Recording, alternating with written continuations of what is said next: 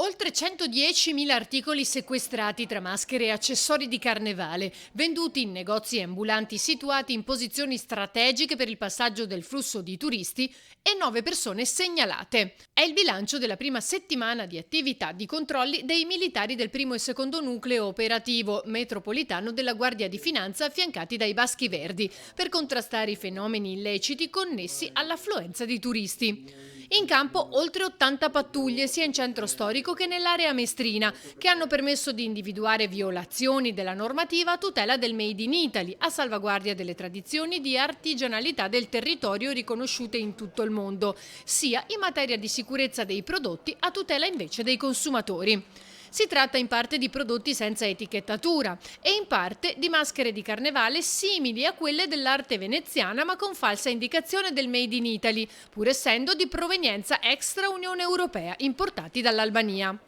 Infine, dopo un intervento simultaneo in 6 negozi veneziani riconducibili a 3 persone, poi denunciate, sono stati sequestrati oltre 2.000 accessori di abbigliamento risultati contraffatti.